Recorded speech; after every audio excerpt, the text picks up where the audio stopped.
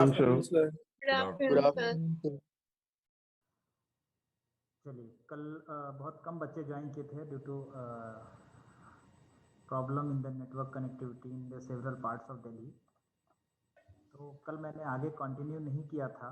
कल मैंने सिर्फ और सिर्फ आपको जो पिछला रिविजन्स था वो कराया था और थोड़ा सा आपको आगे का क्या पढ़ना था मैंने वो इंट्रोडक्शन बताया था। मैंने स्टार्ट नहीं किया था, मैंने पढ़ाया नहीं था, बट हाँ मैंने एक ओवरव्यू देने की कोशिश करी थी कि हम अगला जो सब यूनिट था दैट इज कास्टिंग प्रोसेस, उसके अंदर हम क्या करने वाले हैं।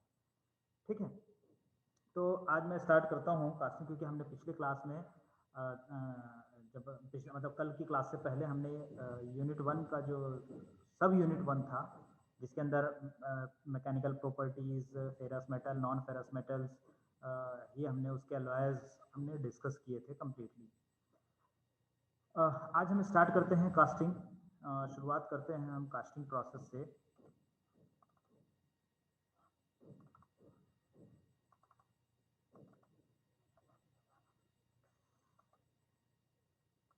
चलिए, जो हमारा स्टार्ट होता है बेसिक प्रिंसिपल कास्टिंग से। ठीक है, कास्टिंग प्रोसेस होती क्या है? कास्टिंग प्रोसेस मैंने आपको पहले भी बताया था, जो हमने फाउंड्री के लैब्स के अंदर बताए थे कि आप क्या करते हैं कि किसी भी प्रोडक्ट को शेप देते हैं, किसी भी प्रोडक्ट का शेप देते हैं using molten metals. Cavity generate करने के बाद जो हमारा प्रिंसिपल के अंदर आता है, फाउंड्री के प्रिंसिपल के अंदर हम क्या करते हैं, जिस शेप को हमें बनाना है या जिस शेप में हमें किसी भी प्रोडक्ट को तैयार करना है, हम उस शेप की एक रिप्लिका, एक कैविटी जनरेट करते हैं using the copy of the shape, pattern जिसको हम कहते हैं। जो शेप का जो कॉपी है उसको हम पैटर्न कहते हैं। उस पैटर्न की हेल्प से हम एक मोल्डिंग तैयार करते हैं, इसके अंदर कैविटी जनरेट होती है। उस कैविटी में मोल्टेन मेटल्स जाते हैं। मोल्टेन मेटल क्या करता है वहाँ पर, वो कैविटी के अंदर सॉलिडिफाई होता है एंड देन वो फिर हम उस प्रोडक्ट को, जो सॉलिडिफाइड प्रोडक्ट है उस मोल्टेन मेटल का, हम उसे बाहर निकालते हैं और वो हमारा एक फाइनल शेप निकल के चला आता है, जिसको हम कास्टिंग, इस पूरे प्रोसेस को हम कास्टिंग प्रोसेस कहते हैं। इसके अंदर बहुत सारे स्टेप्स हैं। मैंने आपको तो कल की क्लास में थोड़ा सा बताया था आपको कि हम किस किस तरीके का पैटर्न यूज करेंगे, कितने तरीके का पैटर्न यूज होगा, कौन सा पैटर्न मटेरियल कब यूज करेंगे। मैंने कल पैटर्न मटेरियल के बारे में थोड़ा सा बताने की कोशिश की कि पैटर्न मटेरियल क्या क्या होते हैं। जैसे मैंने आपको बताया, आप लैब में आते हो तो यहाँ पे आपको वुडन मटेरियल मिलता है, लेकिन पैटर्न मटेरियल सिर्फ वुडन मटेरियल नहीं होता है। पैटर्न में वुड के अलावा मेटल्स भी यूज होते हैं, वैक्स भी यूज होता है, प्लास्टिक भी यूज होती है। तो ये सारे वुडन मटेरियल है, पर हर की एक सिग्निफिकेंस है कि कई जगहों पे मेटल यूज किया जाता है, प्लास्टिक नहीं यूज किया जाता, या वुडन यूज नहीं किया जाता। कई जगहों पे वुडन यूज किया जाता है, मेटल नहीं यूज किया जाता। कई जगहों पे सिर्फ वैक्स ही यूज किया जा सकता है, उसके अलावा कोई और यूज नहीं किया जा सकता है वैक्स के अलावा। अब वो कौन कौन से ऐसी जगह हैं जहाँ पे हम अलग अलग टाइप के पैटर्न्स को यूज करते हैं, ये चीजें हम कास्टिंग प्रोसेस के अंदर पढ़ने वाले हैं। कौन कौन सा मटेरियल मैंने आपको बता दिया, उनके सिग्निफिकेंस क्या है वो पढ़ना है। दूसरा, हम जब कैविटी जनरेट कर लेते हैं कास्टिंग पैटर्न की हेल्प से, तो जो कैविटी जनरेट हुई है उस कैविटी तक मोल्टेन मेटल पहुंचेगा कैसे, वो पढ़ना है। मोल्ड जो आपका मेटल है वो मेल्ट कैसे करोगे वो भी पढ़ना है। यानी आप किसी फर्नेस पर जाकर के आप किसी मेटल को मेल्ट करते हैं। सपोज एल्यूमिनियम मेटल है, आपको इसको मेल्ट करके उस कैविटी के अंदर आपको डालना है, तो आपको क्या करोगे आप? आपके पास रॉ मटेरियल है, एल्यूमिनियम है, हो सकता है आपके पास लेड है, ये भी मेटल है, लेड है, लेकिन आप लेड सॉलिडिफाइड फॉर्म में है, आप उसको मेल्ट कर करके उसको पोर करोगे कैविटी के अंदर, तो उसको मेल्ट कैसे करोगे? यानी किसी फर्नेस का यूज करोगे, वो पढ़ना है कि आप फर्नेस कास्टिंग के अंदर आप फर्नेस कैसे यूज करते हैं जहां से आपका मोल्टेन मेटल मिलेगा। फिर कैविटी जनरेट हो गई यूजिंग पैटर्न, तो कैविटी जनरेट हुई तो हम उसमें मोल्टेन मेटल किस तरीके से पॉर करेंगे ताकि वो कैविटी तक पहुंचे, उससे पहले सॉलिडिफाई ना हो। अभी आपने एक्सपेरिमेंट किया होगा, एक्सपेरिमेंट नंबर 2 जिसके अंदर आपने मोल्ड बनाया होगा, तो आपने देखा होगा कैविटी आपने जनरेट कर दी, वहां पे रनर और राइजर है। रनर और राइजर जो है वहां से मोल्टेन मेटल जाता है, तो इतना लंबा रास्ता है कि अगर मान लो मोल्टेन मेटल रास्ते में ही ठंडा हो गया तो वो तो कैविटी तक पहुंचेगा नहीं। वो मेथड है कि आप किस तरीके से कैविटी के अंदर गेटिंग सिस्टम लगाते हैं, मोल्ड के अंदर गेटिंग सिस्टम लगाते हैं, ताकि वो मोल्टेन मेटल अप्रोप्रिएट जगह पे यानी कैविटी के अंदर सही टाइम पर पहुंच जाए विदाउट सॉलिडिफाई हुए। ठीक है, तो ये क्या है, ये भी कास्टिंग के अंदर पढ़ना है। उसके बाद जब आप मोल्ड बनाते हैं तो उसमें जो ग्रीन सैंड यूज होती है उनका कंटेंट क्या है, वो कैसे मिक्स करके बनाते हैं, ये चीजें आपको पढ़नी है। तो ये टोटल ओवरऑल मिलाकर के ये आपका पूरा का पूरा कास्टिंग प्रोसेस कहलाता है। ठीक है, तो कास्टिंग प्रोसेस का बेसिक प्रिंसिपल या प्रोसेस मैंने आपको बता दिया कि जो आपका शेप कन्वर्ट कर रहे हैं वो आपका यहाँ पर कास्टिंग प्रोसेस होता है। शेप जो जिस शेप में हमको रिक्वायर्ड है उस शेप में उसको प्रोड्यूस करने के लिए। ठीक है, तो इसमें जो आपका जो कास्टिंग हम यहाँ पे किस चीज़ की कास्टिंग करेंगे ये ध्यान रखिएगा। कास्टिंग बहुत मटेरियल होती है, लेकिन हम यहाँ पे किसकी बात करेंगे, मेटल कास्टिंग। तभी हम फर्नेस की बात कर रहे हैं मेटल को मेल्ट करने के लिए, हम यहाँ मेटल कास्टिंग की बात करेंगे। तो मेटल कास्टिंग क्या है आपका, consist of making a mould from the, ये स्प्लिंग का MOULD होगा, यहाँ पे जल्दबाजी में MOLD लिखा गया। Making a mould from the pattern, preparing and melting the metal to be cast. मैंने आपको बताया क्या क्या स्टेप्स होंगे। आप क्या करोगे, पैटर्न से आप पूरा के पूरा मोल्ड तैयार करोगे, फिर आप क्या करोगे, मेटल को मेल्ट करोगे, फिर आप किस तरीके से मोल्टेन मेटल को आप पोर करते हैं, यानी गेटिंग सिस्टम वगैरह आएगा। इसके अंदर फिर क्या है आपका taking out the casting from the, हाँ अब इसके बाद ये तो हुआ अब तक के हमने मोल्टेन मेटल को मेल्ट करने के बाद उसके अंदर पोर किया। अब सर बच्चे वेट कर, मेरे वेटिंग में कोई नहीं है, बस एक थी, मैंने उसको कर दिया। ठीक है, अभी तक मैंने जितने भी स्टेज होता है वो था सॉलिडिफाई होने से पहले तक, यानी सॉलिडिफाई तक। अब जब सॉलिडिफाई हो गया तो हम किस तरीके से उस मोल्ड से हम उस प्रोडक्ट को निकालेंगे, यानी कि जो मोल्टेन मेटल उस कैविटी के अंदर सॉलिडिफाई हुआ है, तो अब मुझे उस मोल्ड के अंदर से वो सॉलिडिफाइड जो प्रोडक्ट है, जो भी आपने शेप कन्वर्ट किया, उस शेप को हम बाहर कैसे निकालेंगे, यानी वो कास्टिंग जो बन गई, वो कास्टिंग जो हुई प्रोडक्ट है वो हम बाहर कैसे रिमूव करेंगे, तो वो चीज़ें भी पढ़नी है। उसके बाद कास्टिंग की रिक्लीनिंग कैसे होगी, उसके सरफेस पर आपका सैंड लगा होगा, उसके सरफेस पर जो एक्स्ट्रा पार्ट जो उस प्रोडक्ट के अलावा, जैसे स्प्रू से आपका मोल्टेन मेटल गया तो वो जो कैविटी थी वहां तक गया, तो जब पूरी कैविटी सॉलिडिफाई हुई तो उसके पहले का जो मोल्टेन मेटल है वहां पे भी सॉलिडिफाइड मोल्टेन मेटल होगा, जो एक्स्ट्रा पार्ट है। स्प्रू रनर राइजर, इसके अंदर भी, राइजर के अंदर भी थोड़ा सा आपको जो मोल्टेन मेटल है वो ऊंचा उठा हुआ दिखाई देगा। तो वो सब क्या है, उनकी मशीनिंग करना, उनके सरफेसेस फिनिश करना, उनकी क्लीनिंग करना, ये सारी चीजें कास्टिंग के अंदर आती हैं। तो ये थे आपके डिफरेंट स्टेप्स जो हम कास्टिंग के अंदर करने वाले हैं। उसके अंदर सबसे पहला जो हम स्टार्ट करेंगे दैट इज पैटर्न मटेरियल से स्टार्ट करेंगे। पैटर्न मटेरियल मैंने आपको बता दिया, पैटर्न मटेरियल जो यूज होते हैं वुडन, प्लास्टिक, मेटल, प्लास्टर भी यूज होता है, पीओपी जिसको हम कहते हैं प्लास्टर ऑफ पेरिस, वो भी हम लोग यूज करते हैं। पीओपी को बहुत अच्छे से सॉलिडिफाई कर करके उसका पैटर्न तैयार करते हैं, अलग और डिफरेंट शेप बन जाते हैं पीओपी से, क्योंकि उसमें तो हम हाथ के से भी शेप बना सकते हैं। हालांकि वो मशीनरी होती है कि एक्यूरेट साइज का हमें कैविटी चाहिए, एक्यूरेट साइज पे चाहिए, तो आप प्लास्टर ऑफ पेरिस का जो अगर आप पैटर्न बनाओगे तो उसका भी साइज वैसा ही लोगे जैसे कि रिक्वायरमेंट है उसके साइज का कैविटी बनाने के लिए। तो हम पीओपी भी यूज करते हैं और वैक्स भी यूज करते हैं। तो ये आपके पैटर्न मटेरियल हैं। किन किन चीज़ों पे पैटर्न मटेरियल डिपेंड करता है, हम वैक्स कहाँ यूज करेंगे, हम प्लास्टर ऑफ पेरिस कहाँ यूज करेंगे, हम वुडन यूज कहाँ करेंगे, तो ये चीज़ें ये नंबर ऑफ फैक्टर्स के ऊपर डिपेंड करती हैं जो कि यहाँ पे मेंशन की गई हैं। ठीक है, तो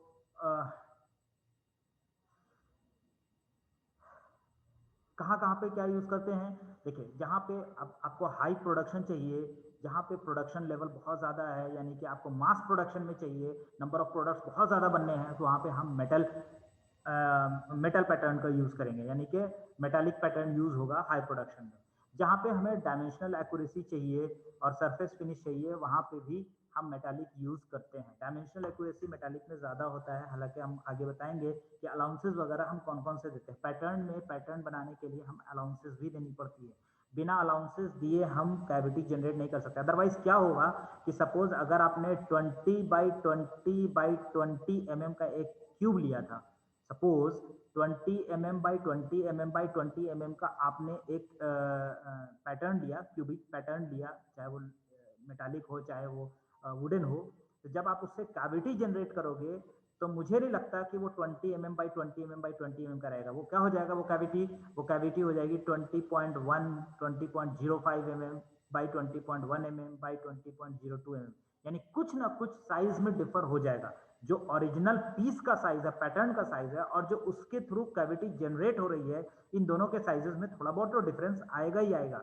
और वहीं पर हम अलाउंसेस देते हैं कि हमारा किस पीस के लिए, यानी किस वुडन मटेरियल के लिए हमारा अलाउंसेस कितना देना है। तो वहाँ पे हम पैटर्न अलाउंसेस भी देते हैं, तो वो चीज़ें हम आगे डिस्कस करेंगे पैटर्न अलाउंसेस को। तो मैंने कहा जहाँ पर भी फिनिशिंग चाहिए वहाँ पर भी आपको मेटल ही यूज़ करते हैं, वैसे वुडन भी यूज़ किया जाता है। अब इसके बाद आपकी किस तरह की कास्टिंग आपकी है मोल्डिंग प्रोसेस में, सैंड कास्टिंग है, परमानेंट मोल्ड कास्टिंग है, इन्वेस्टमेंट कास्टिंग है।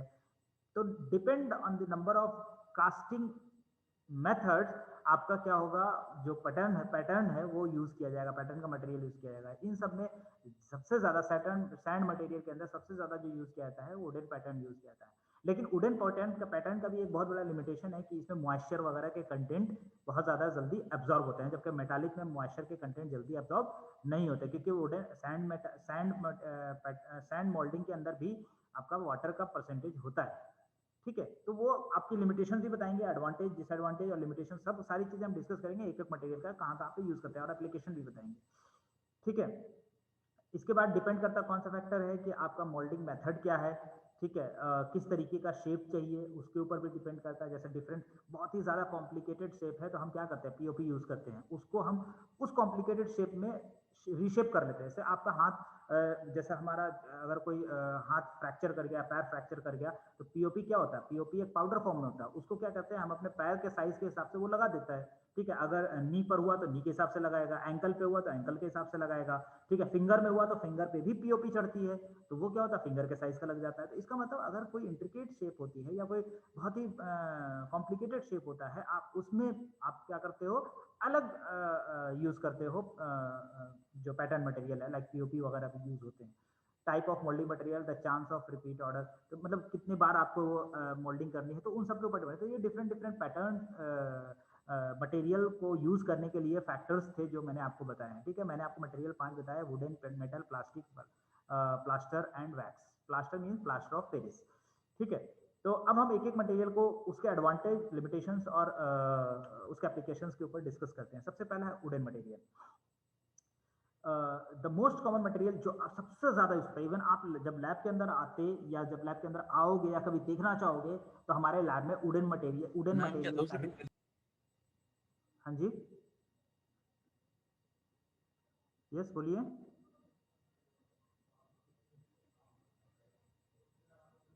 किसी को कोई प्रॉब्लम है?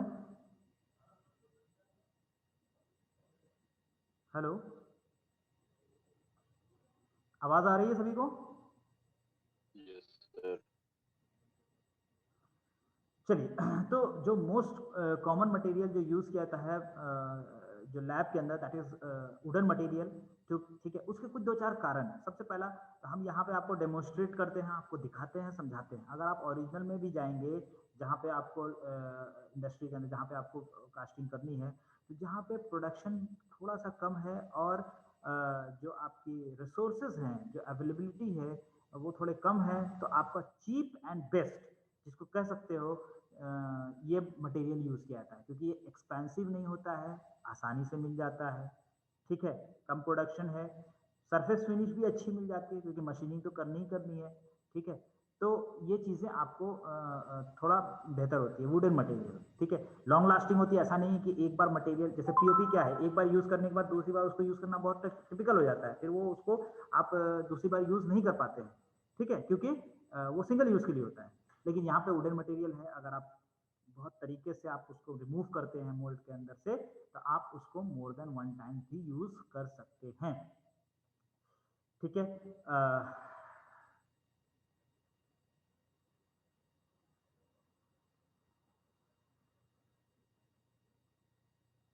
चलिए, इसमें एक पॉइंट दिख रहा है कि क्वाइट लोग नहीं, resin acid glues eliminate the necessity of joining would buy nuts and screw and produces very strong joint. इसका क्या मतलब हुआ कि कभी कभी क्या होता है कि जो वुडन मटेरियल है, हमें सपोज एक प्लेट है, ये आपकी वुडन प्लेट थी जो ये मेरे फिंगर के शेप का है, इसका वुडन हमने पैटर्न बना लिया। लेकिन मुझे क्या चाहिए, इसमें एक ऐसा कुछ इस तरीके का शेप एक और लगा दिया हमने।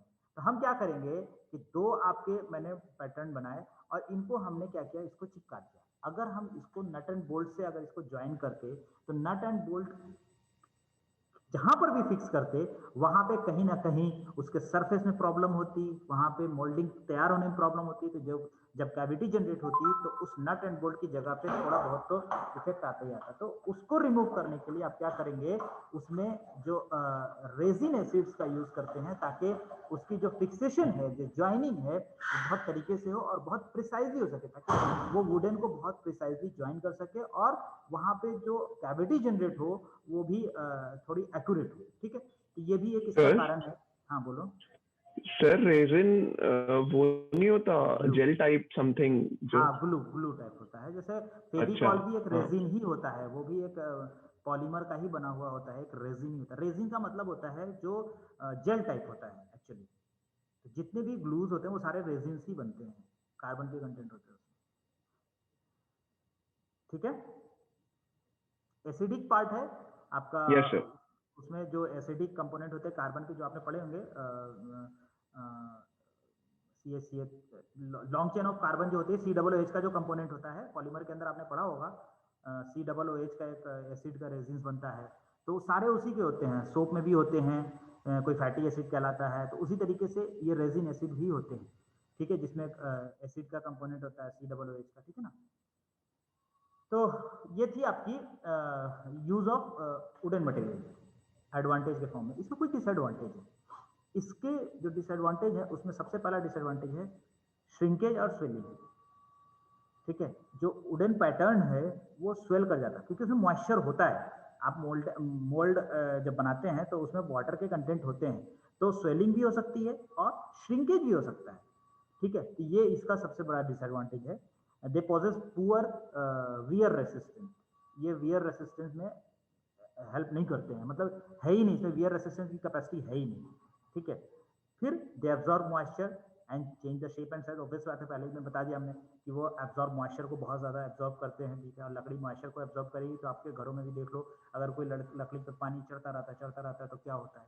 ठीक है, they are weak as compare to the metal pattern. Obvious बात है, इसी का जो सब्सटीट्यूट है लगभग सेम यही प्रोसेस होता है, लेकिन जो मेटालिक जो पैटर्न है उसमें दो चार चीजें बढ़ जाती हैं। जैसे उसमें मॉइस्चर कंटेंट इज एब्जॉर्ब तो होता है, लेकिन वो इतना तेजली, इतना ज्यादा इफेक्ट नहीं होता है जितना आपका वुडन में होता है। वहाँ रस्टिंग लगती है, लेकिन उसके लिए थोड़ा समय लगता है। ठीक है, उसमें श्रिंकेज स्वेलिंग नहीं होती, वो more than one times use करते हैं। इसमें क्या होता है, हम more than one times use होता है, लेकिन जितना ज्यादा हम मेटल को यूज करेंगे उससे कम यूज करते हैं। ठीक है, यानी कि उसमें मास प्रोडक्शन कर सकते हैं, इससे मास प्रोडक्शन पे नहीं जा सकते हैं, एक लिमिटेड प्रोडक्शन होता है इससे।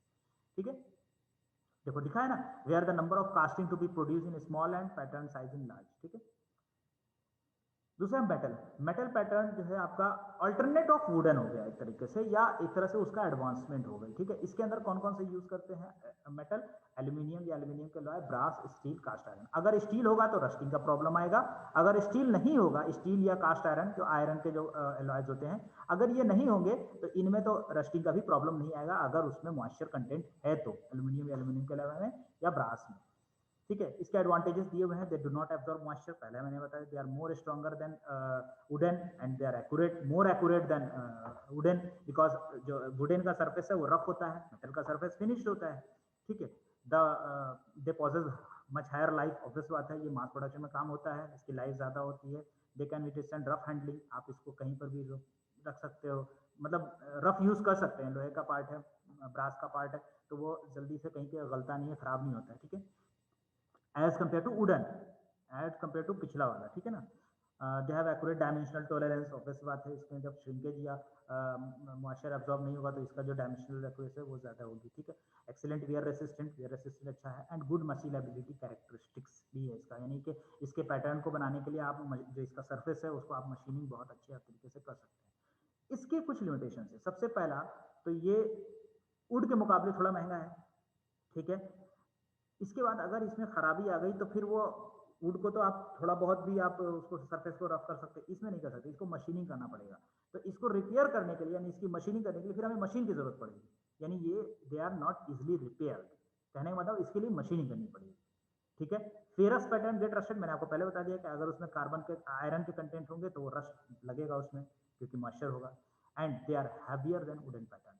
एक और लिमिटेशन है कि जो मेटालिक पैटर्न होगा वो वुडन पैटर्न से भारी होगा। ठीक है, एप्लीकेशन बिग साइज पैटर्न में यूज होता है, एल्यूमिनियम और ब्रास यूज होता है स्मॉल कास्ट पैटर्न में, ठीक है। और ये एक एप्लीकेशन है जहां भी मास प्रोडक्शन होता है हम ये यूज करते हैं, ठीक है। Plastic durability, provide smooth surface, moisture resistant, light weight.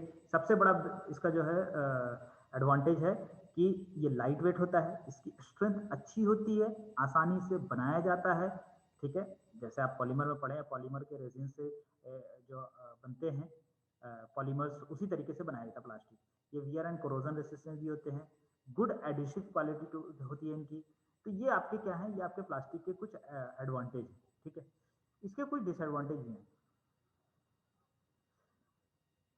जब मशीन मोल्डिंग की बात आती है तब जाकर के इसके प्रॉब्लम्स क्रिएट होते हैं, यानी कि मशीन मोल्डिंग के अंदर इसमें मशीनिंग नहीं कर सकते, यानी प्लास्टिक पे आप मशीनिंग नहीं चला सकते, ठीक है। और ये इपॉक्सी रेजिन्स को यूज किया जाता है इसके अंदर, ठीक है। इपॉक्सी रेजिन सब पॉलीमर्स के पार्ट हैं और कहीं ना कहीं ये इन्वायरमेंट को भी इफेक्ट करता है, ये भी एक इफेक्ट में आता है, ठीक है। तो ये आपके थे। एक इसमें और मैं बता दूं आपको जो इसमें मेंशन नहीं किया गया है, plaster of Paris single use में यूज होता है और इंट्रिकेट शेप जहाँ पे यूज करना होता है वहाँ पे हम प्लास्टर ऑफ पेरिस यूज करते हैं। वैक्स का यूज कहाँ होता है? कभी कभी ऐसा बनता है, कभी कभी ऐसा होता है कि जब हम मोल्डिंग करते हैं तो जब हमारा कोप एंड ड्रैग रख दिया जाता है तो हम कोप एंड ड्रैग से पैटर्न को निकाल नहीं पाते, यानी पैटर्न उसी में रह जाता है। अब पैटर्न निकालेंगे तभी तो कैविटी जनरेट होगी, अगर पैटर्न निकलेगा नहीं तो कैविटी जनरेट होगी ही नहीं। तो हम क्या करेंगे, उसके अंदर जो पैटर्न डालेंगे वो वैक्स का डाल देंगे और फिर क्या करेंगे, उस पूरे मोल्ड को गर्म कर दो। गर्म करने से क्या होगा, जो वैक्स था वो पिघल जाएगा और वो पिघलने के बाद वो मोल्डिंग सैंड के अंदर पोर हो जाएगा, ठीक है। तो वो जो वहां पे जहाँ पे वैक्स थी वो क्या हो जाएगी, वो पिघलने के बाद वहां कैविटी जनरेट करेगी और जो मोल्टन जो वैक्स थी वो एक जो सैंड्स हैं उनके जो भी गैप होंगे, जो भी वहां पे गैप्स होंगे वो वहां पे जाकर के वो फिल हो जाएगी। तो वहां पे जिस जगह पे हमें जो पैटर्न रिमूव करने के लिए जो कंडीशंस ना हो, पैटर्न रिमूव नहीं हो पाए, वहां पे हम क्या करते हैं, वैक्स पैटर्न यूज करते हैं। इतने में किसी को कोई दिक्कत हो तो बताओ पहले, टाइप्स ऑफ पैटर्न और पैटर्न, किसी को कोई परेशानी हो? Anyone please? No sir. समझ आया सभी को? Yes sir. हर्षित अटेंडेंस ले लीजिएगा प्लीज। हर्षित Okay, ज्वाइन है, हर्षित लेकर के मुझे भेज दीजिए, ठीक है। चलिए सभी बताइए, सभी को कोई किसी को कोई परेशानी तो नहीं इतने तक में, फर्स्ट हाफ में? चलिए आगे चलते हैं। टाइप्स ऑफ पैटर्न्स मैंने आपको बताया, अभी तो था पैटर्न मटेरियल। दूसरा, कितने तरीके का पैटर्न यूज कर सकते हैं आप, इसको मैं ज्यादा डीप जाऊंगा नहीं, मैं आपको बताता चल रहा हूं कि क्या क्या इनके पॉइंट्स हैं। सबसे पहला है सिंगल पीस पैटर्न। अगर आपको जो आपके दो पार्ट होते हैं, अगर आपने फाउंड्री किया तो मैंने आपको बताया था कोप एंड ड्रैग दो पार्ट में होते हैं, दो पार्ट में आपका नो सर। दो पार्ट में आपका मोल्डिंग सैंड दो पार्ट में बटा होता है, एक कोप में जाता है, एक ड्रैग में जाती है। तो अगर आप सिर्फ और सिर्फ एक ही पार्ट में अगर आप एक सिंगल पीस पैटर्न रखते हो तो एक ही पार्ट में कैविटी बनती है, तो उसको हम कहते हैं सिंगल पीस पैटर्न से आप कैविटी जनरेट कर रहे हो, तो वो यूज होता है सिंगल पीस पैटर्न। हमारे लैब में सिंगल पीस पैटर्न ही बना करके इसमें रखा गया है लैब के अंदर कास्टिंग के लिए। लेकिन हम कई जगहों पे क्या करते हैं, cope and drag both part, दोनों पार्ट के अंदर आपका क्या होगा, पैटर्न यूज होता है, तो उसको हम कहते हैं स्प्लिट पैटर्न।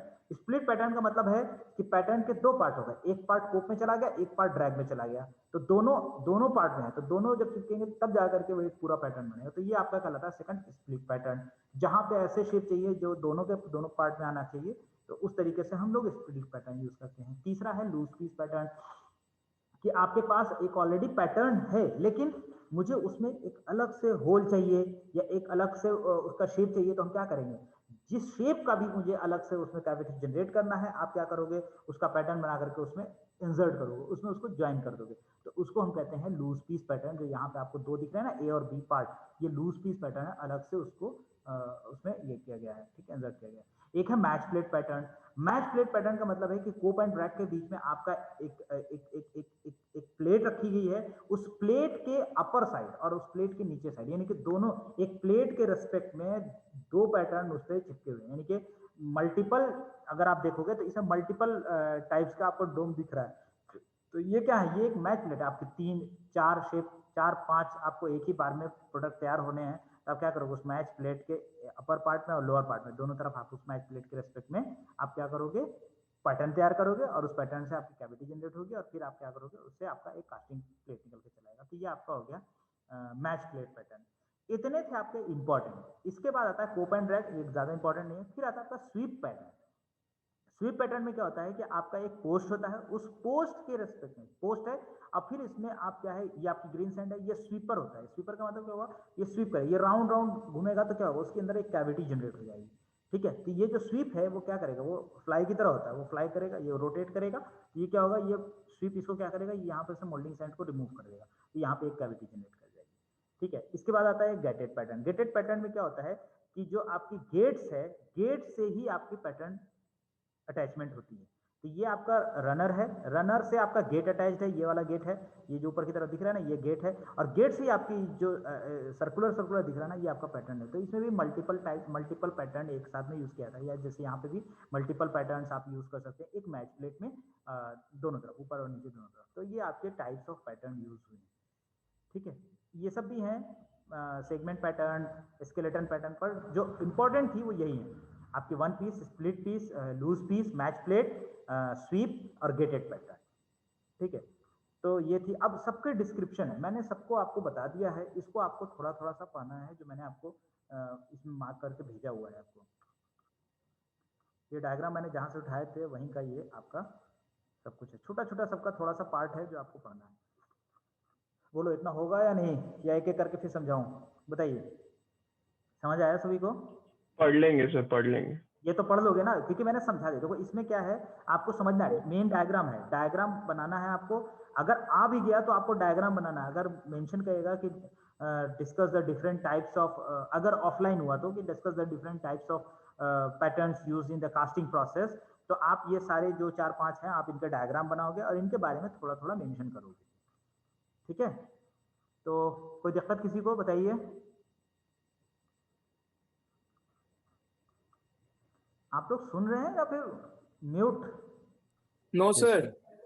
No sir. चल गुड, सुन रहे हैं। सुन रहे हैं। चलिए, आज लैब है ना मेरी? Yes sir. सर आज नो फिजिक्स की है। सर, नो सर, आज वैसे भी डायरेक्टर सर क्लास ले रहे हैं। क्लास। हाँ, मेरे पास इंफॉर्मेशन है, आज डायरेक्टर सर आप लोगों को सर उसमें कैमरा ऑन करना पड़ेगा। हाँ, कैमरा ऑन कर लीजिएगा भाई। कैमरा तो देखिए आप हम लोग में भी ऑन कर लिया करिए, इंस्ट्रक्शन तो यही है। सर ऐसे तो कैमरा रोज तो नहीं ऑन कर सकते सर। क्यों? क्यों सर भाई? फिर ना दो के बैठना पड़ेगा ना सर। ये कोई मतलब नहीं होता। देखिए मैं ये कहता हूँ कि ऑनलाइन में पढ़ाने और पढ़ने दोनों में एक उसी तरह का फील आता है तब जब आप ढंग से पढ़ते हैं, और नहीं पढ़ेंगे तो फिर नहीं सर, पढ़ते तो हैं ढंग से, बट दिखते नहीं ना ढंग से सुबह। नहीं। आप जैसे हम लोग देखिए, जब तक चेयर टेबल पर आप बैठेंगे नहीं, आपकी पढ़ाई ढंग से होगी नहीं, ये मान लीजिए आप। मैं पिछले अप्रैल से पढ़ा रहा हूँ, तो अप्रैल से ऑनलाइन पढ़ा रहा हूँ, तो इतना तो पता चल गया कि जब तक आप चेयर टेबल पर बैठेंगे नहीं, पढ़ाई होगी नहीं। ना पढ़ाने वाला अगर चेयर टेबल पर बैठा है तब भी पढ़ाई नहीं होगी। घर से लेना होता है तो बड़ी परेशानी होती है क्लास लेने में। हमने तो घर से भी लिए हैं, बहुत परेशानी होती थी क्लास में। तो एटलीस्ट उसका भी एक मतलब तरीका होता है, उसको फॉलो करेंगे तो आपको ज़्यादा समझ में आएगा। ठीक है, कुछ प्रॉब्लम्स होती है तो साथ के साथ लिखा भी जाता है कि हमें यहाँ पर इस स्टेटमेंट में प्रॉब्लम आई है, इसको मुझे दोबारा समझना है। सर तो बोल के निकल जाएंगे, मैं तो बोलता बोलता निकल गया, आपको पता ही नहीं कि मैंने पिछला कहाँ पे मुझे प्रॉब्लम क्रिएट हुई। वो पॉइंट्स भी बनते हैं इसमें। ठीक है, तो यहाँ तक हो गया आपका। सर आज 2:30 बजे से आपकी क्लास लेंगे, मेरे हिसाब से बात हुई है, पांडे सर डायरेक्टर सर हैं, तो वो आपकी 2:30 बजे से लेंगे। वो भी मैकेनिकल फील्ड से ही हैं, और थोड़ा बहुत एमपी भी वो कह रहे थे कि मैं थोड़ा डिस्कस करूँगा, ओवरऑल एमपी मैन्युफैक्चरिंग प्रोसेस बताएं। सर का बहुत एक्सपीरियंस है, वो सर आपसे डिस्कस भी करेंगे। ठीक है ना? तो लैब का जो काम है वो अब नेक्स्ट क्लास में मैं देखूंगा आप लोगों का, नेक्स्ट लैब के अंदर, कि सर शायद ले लेंगे। अगर वो सर ने पूरा 1 घंटा ले लिया तो ठीक है, अगर कुछ टाइम बचा तो मैं ज्वाइन कर लूँगा, है ना? वो मैं देख लूँगा, सर ने कहा है तो एक बार देख। और मैंने कहा था आप लोगों से PDF अपलोड करने के लिए, मुझे बात पहले इसलिए बोलने सर पर क्लास से पहले कर देंगे। आज कर देना, क्योंकि उसके बाद फिर डिले आना शुरू हो जाएगा। नहीं सर, हो डिले गया, आएगा कर देंगे। कंटिन्यूअस इवैल्यूएशन में, मैं उसके मेरे लिए देखो भाई, आप काम करोगे, you have earn your marks, that's it. कर दिया आपके सर। हाथ में है कि आपके हाथ में है आप मार्क्स कैसे अर्न करते हो, ठीक है। आपको समय दिया जा रहा है, ऐसा नहीं है कि आपको समय नहीं दिया जा रहा, समय दिया जा रहा है, करके निकलिए। 3 हो गए हैं। चौथा भी मैंने बताया था आपको फिटिंग का, अगली क्लास में 5-6 करके फिर 3 का हम आपसे वो मंगा देंगे, ठीक है। चलिए इसको कंप्लीट करते हैं। आपका पैटर्न अनाउंसेस, मैंने आपको बताया था कि जब आप पैटर्न को रिमूव करते हैं तो उस समय भी जो परफेक्ट साइज जो आपके जनरेट होनी चाहिए इनकी कैविटी की, तो वो कैविटी की परफेक्ट साइज जनरेट नहीं हो पाती, तो कहीं ना कहीं मुझे उसमें जो एक्चुअल साइज देने होते हैं उसके लिए अलाउंसेस देना पड़ता है। तो वो अलाउंसेस होते क्या है, जो फाइनल कास्टिंग के लिए से पहले जो अलाउंसेस दिए जाते हैं जो पैटर्न साइज के लिए, जिस भी साइज के कास्टिंग में जो प्रोडक्ट तैयार होना है उस साइज के लिए, तो उसमें हम अलाउंसेस देते हैं। अब अलाउंसेस देते किस किस चीज़ के लिए हैं, तो एक हो गया आपका श्रिंकेज अलाउंस, ठीक है, जो कि मेटालर्जिकल इफेक्ट से आपका निकलता है, जैसे डिस्टॉर्शन हुआ, शेकिंग हुआ, ये सब डिफेक्ट्स हैं जो आप लास्ट में जब कास्टिंग का जब लास्ट चलेगा तो हम आपको पढ़ाएंगे। कास्टिंग में बहुत सारे डिफेक्ट्स शुरू हो जाते हैं, बहुत सारी प्रॉब्लम्स शुरू हो जाती हैं। कास्टिंग कर लिया आपने, देखो एक छोटा सा डिफेक्ट मैं बता देता हूँ आपको कि सबसे ज्यादा प्रॉब्लम क्या आती है कि आपने एक तरफ से मोल्टेन मेटल को पोर करना शुरू किया, अंदर तो कैविटी है, कैविटी में क्या है, एयर है, कैविटी में एयर तो है ही है, आपका स्क्रू रनर राइजर पूरा एयर का फ्लो कराता है। अब एक तरफ से आपने मोल्टन मेटल पोर करना शुरू किया, अगर एयर या मॉइस्चर उसके अंदर ट्रैप्ड हो गया तो वो मेटल के अंदर वो एयर ट्रैप हो जाएगा और वो सॉलिडिफाई होने के बाद वो कास्टिंग को जो कास्टिंग प्रोडक्ट निकला है, जो कास्ट होने के बाद जो प्रोडक्ट तैयार हुआ है उसमें डिफेक्ट्स राइज करेगा। क्या होगा, उसमें एयर बबल्स निकल आएंगे, कुछ का कुछ निकल आएगा, तो ये जनरल एक डिफेक्ट शुरू हो जाता है। ये क्या है, इनको भी रिमूव करने की कोशिश की जाती है, जो डिफेक्ट्स शुरू होते हैं कास्टिंग के अंदर, तो उसको भी रिमूव करने का एक तरीका है। जब हम कास्टिंग करते हैं तो हम किस तरीके से करते हैं, वो इस सेक्शन के सबसे लास्ट में, ये लास्ट PDF है यूनिट 1 का, this is the third PDF of unit 1, इसमें सबसे